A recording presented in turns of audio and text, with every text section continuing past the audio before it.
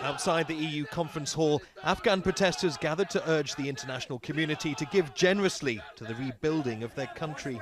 But as world leaders and top diplomats gathered to discuss the nation's future, news of a controversial deal that could see large numbers of Afghans deported from Europe.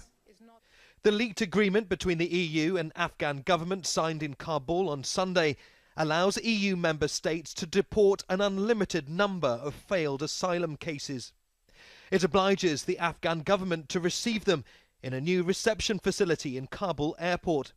Another leaked memo from March says that more than 80,000 Afghans could be returned in the near future. Al Jazeera understands that the deal may have been a condition for receiving EU financial aid.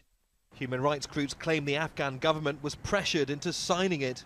An Afghan official told me that this is a cup of poison he had to drink because, for the sake of the country, and they were put into that situation by the EU to accept funding and at the same time to accept the big group of Afghan deportees who will be returned to the country.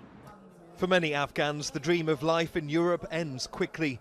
Afghans form the second largest group of refugees in the EU. These people were hoping to resettle in Germany, but all they got was a ticket home. And this is the reality many people face when they return to Afghanistan: violence and political instability. As the donor conference began, Afghan forces continued their assault on Taliban positions in the northern city of Kunduz. The Taliban still controls large swathes of the country. 70% of Afghanistan's national budget is dependent upon international financial support. Most of that money is spent on national security, which is why this international donors conference is so vital for the country's future. And when it comes to the latest agreement between the Afghan government and the European Union, well, the European Council have told us that this latest deal should not be seen as a condition to financial support. The EU struggling to cope with the largest influx of refugees since the Second World War. These, the latest arrivals making their way from Serbia towards the Hungarian border.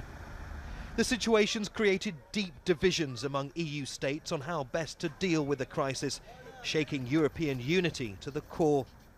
The EU deal with Afghanistan aims to turn part of the problem into a solution, but leaves those looking for a better life in Europe with an uncertain road ahead. Neve Barker, Al Jazeera, Brussels.